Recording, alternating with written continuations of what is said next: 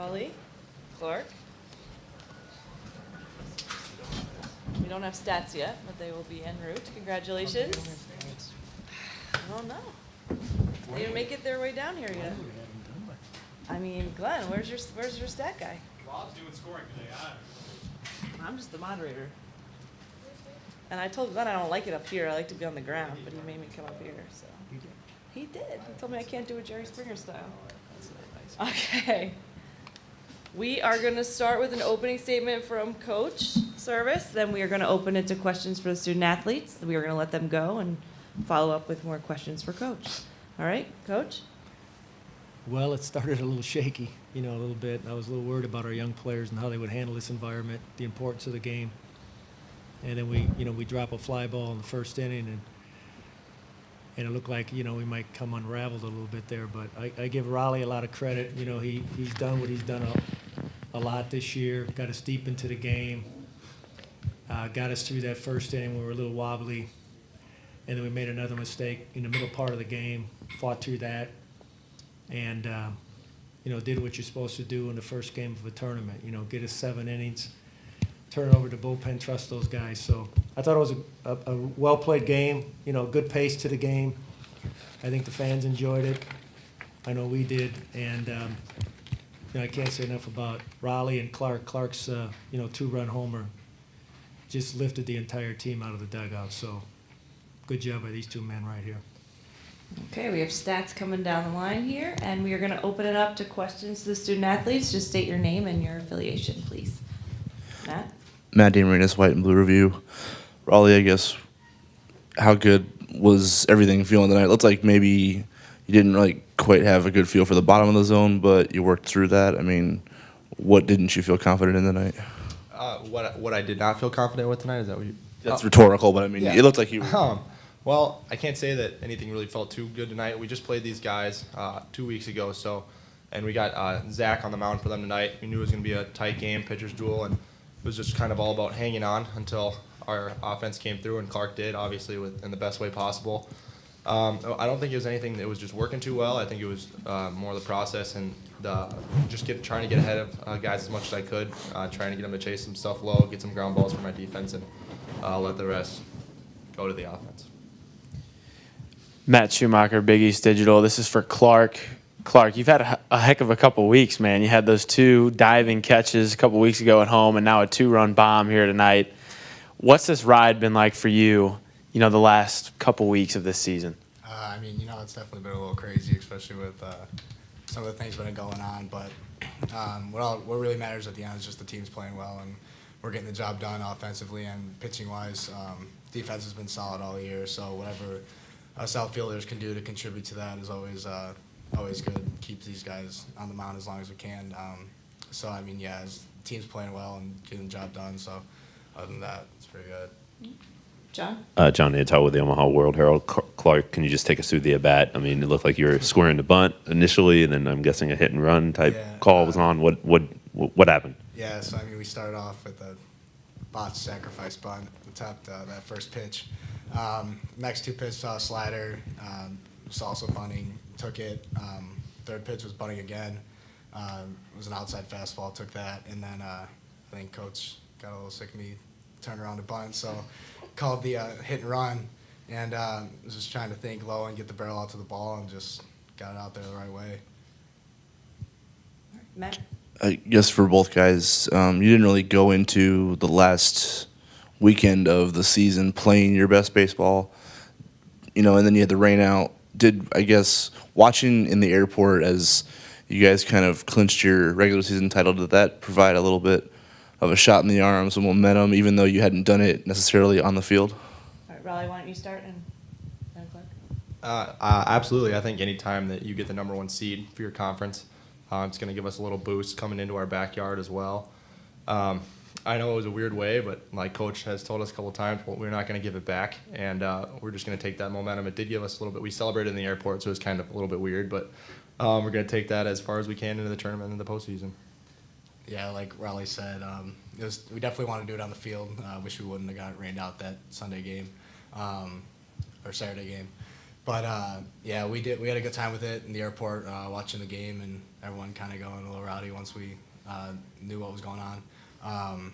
But yeah, so we would have wished we had it on the field, but we just know going into the tournament with the 1 seed was a good advantage for us being at home too.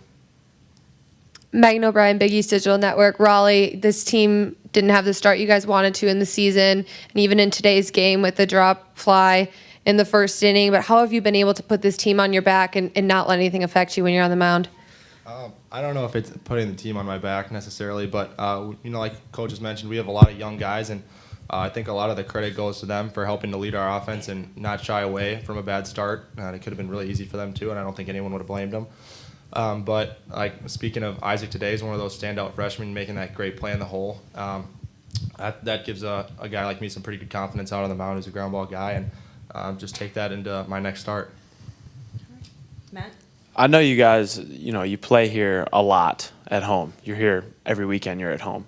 But I was talking with Coach yesterday, and he said, there's just a feeling and an aura about this place that's just different than the other ballparks you play in. Do you guys feel that now in the Big East Tournament Championship?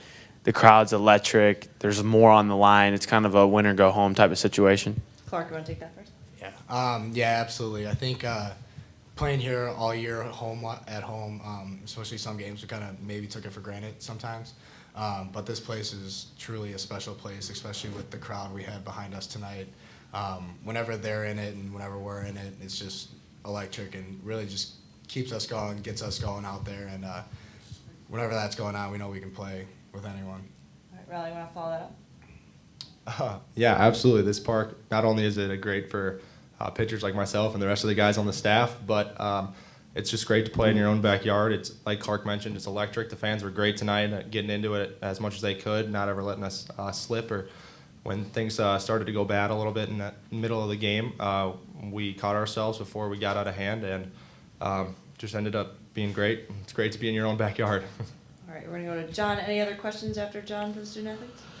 All right, go ahead. Raleigh, you mentioned attacking low in the zone. You got him to chase at times? I wondered if that was kind of part of the plan, and how did you get them to maybe go a little bit lower than they wanted with some of your pitches? It's all about getting ahead. I think for me, my ball runs a little bit sometimes and sinks sometimes. I don't really know when it's going to do either. But if I'm ahead in the zone, they've got to be looking for the pitch that is in the bottom of the zone for the last time anyways. So it opens up so many more opportunities, whether we're going back to the sinker or the breaking ball, and it just plays well into how we pitch as a staff and to the defense I have behind me. So to answer your question, I don't think it was I was trying to get him to chase. I think it was just the pitches that were called and trying to execute them to the best that we could. All right. Thank you, guys. See you tomorrow. You're staying. Oh. They're done. Coach Rubens tried that earlier. Did he? Yes, he did.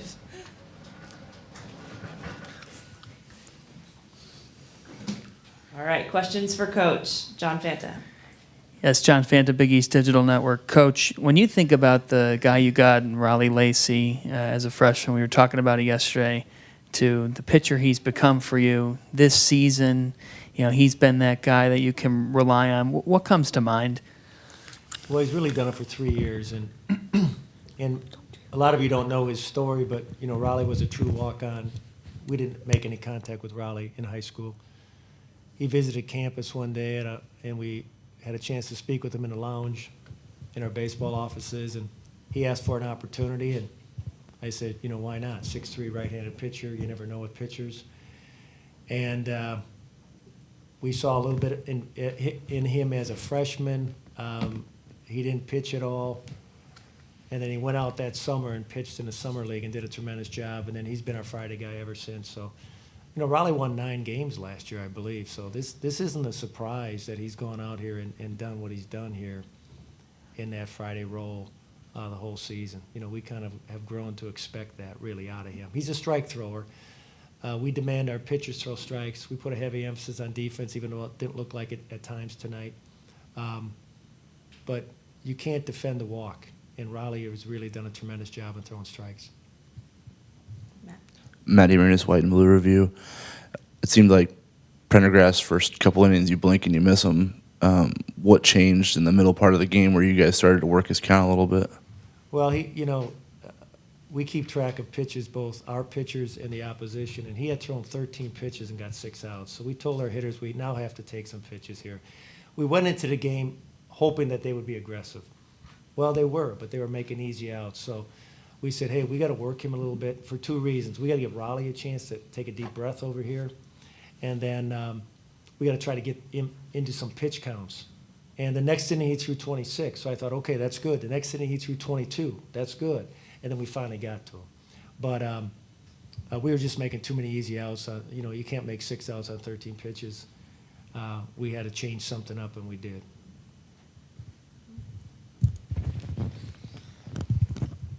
Just as a follow-up to that, I think it was Albury at the plate, down 0-2, and he kind of, I don't know if he worked the count back in his favor and got a single. Was that the at-bat that sprung it, or did you get a sense, and maybe the walks after that, when did you get a sense that you felt like your guys had locked in on him? You got to remember, these guys haven't played a live game for a week now, too. So, we don't see live pitching in practice. You can hit BP all you want, but when you go up against guys like this, it's going to take you a couple times through the lineup to get comfortable. And you could tell with each time through the lineup, our timing got a little bit better. And then sometimes it takes a big hit. We scored 2 runs, our last 2 runs with nobody on base and 2 outs. I don't know the last time we did that. It's probably been several weeks ago. So, I think our offense has a chance. It didn't look like that the last 4 or 5 games, but I saw some good things tonight from our offense. We got 4 extra base hits. We hadn't got extra base hits in a long, long time. I think we got 1 extra base hit in the last 4 or 5 games. Tonight we got 4. So there are some signs that we can become a better offensive team. Megan O'Brien, Big East Digital Network. Coach, you talk about those changes that you had to make mid-game. You have a young group of guys. What does that say about them that they were able to adjust so quickly in the game, to respond to, being patient in the batter's box? Well, I like it. I've said this to a lot of people. I like this club. I said that when we were 1-11. People look at me like, what are you talking about? You're 1-11. How do you like this team? Well, I like this team because they allow you to coach them. And the young players allow you to coach them. And, the Isaac Collins, the Will Robertsons, these kids, they're just yearning to learn more about how to play baseball. And they're open-minded to anything that we try. They don't fight it. We've had players in the past that might have done that. So it's a good group, and they're just still learning how to play. But they're very open-minded to whatever changes and whatever strategies we ask them to implement during the course of a game. Coach Jeff Packard, WWT. Question, I guess, kind of an awkward situation walking into tomorrow. You've only seen them once when you should have seen them hopefully 3 times during the course of a season. Does that kind of present a unique challenge walking into the second round of a tournament? Well, we saw them this afternoon. We were bearing down on both teams this afternoon, and we're very familiar with Xavier. We got them twice in the tournament last year. We played them 3 times, so we played them 5 times last year. They got a lot of the same personnel. I mean, what you saw today offensively is what they're capable of doing. It's going to take a tremendous effort on our part to slow these guys down. Because this is a veteran team. They know how to play. They can beat you with a little power. They can beat you with the speed. And they're very experienced. Most of that team played in the regional finals last year in Nashville. So they got us beat when it comes to that. But it still comes down to the execution, and I'll take our chances tomorrow night. We'll have a day to prepare. We'll get ourselves ready to go by hopefully 6:32 tomorrow night. Okay, we'll take a question from John. Any others after John? Matt, and we'll end with you. Just, Go ahead, John. just back to Raleigh, it does seem, and I think you've probably remarked on this at other points in the year, that when he's on the mound and he's rolling, the team has the elevates. And I know there were a few miscues defensively, but just from your good plays too. Right. I don't want to discount the good plays. What sense do you get from your ball club when he's on the mound and attacking the zone the way he was tonight? Well, there's certain pitchers that your players feel like they got a chance to win, and when Raleigh goes out there, the team feels like, hey, we're gonna win tonight. He's not gonna walk the ballpark. He's not gonna give up a lot of hits, and so we've had a lot of pitchers like that in the past where the defense just kind of rises up and plays better, but when he's out there, the team feels like they got a chance. And the infielders get a lot of activity because he's a ground ball pitcher. They stay in the game. Look at the game tonight. It was 241 compared to the first game, which I know wasn't 241. The players like that. The fans like that. And Raleigh just gets the ball and goes. Here it is. Try to hit it. you know, and that's what we like about him. I think that's what his teammates like about him as well. All right, Matt, last question. Sorry, I know you touched on this a little bit with the Xavier matchup, but 2 years ago when you had a chance to play in this ballpark for the Big East tournament and you had St. John's, you didn't like the way your team came out. You thought their energy was a little weird, different. You weren't really sure how to describe it. What do you need to see out of this group, which is obviously different than that one, in their approach to tomorrow night's game? Well, that particular game, we were too hyped up. You know, there was stuff going on in the dugout I hadn't seen all year. And even though we made a kind of a blunder in the first inning, I didn't sense any panic in the dugout. The guys knew that, hey, we can work through this. We can get through this. When we played St. John's 2 years ago on that Friday night and lost 8-2, there was a lot of stuff going on in that dugout that worried me. So, you know, we'll have a chance to talk to these guys. They haven't shown that for a long, long time. I don't think they'll show it tomorrow night. You know, we talked to them yesterday a lot about just enjoy this opportunity. You know, I mean, we only have a handful of seniors. The rest of these guys will have many more opportunities. But in the meantime, let's just enjoy it and play with some energy. I thought the first game was won basically on energy. Xavier had a ton of energy, and they got ahead early and they didn't let up. And you know, I was pleased with our energy tonight too. It's amazing with young people. It rarely comes down to the execution of the game, but it oftentimes comes down to the energy of the player. And I'll be disappointed if we don't have that tomorrow, but I don't want too much either. I don't want them going over the top. We'll be ready tomorrow. All right, thank you, Coach. Okay. See you tomorrow.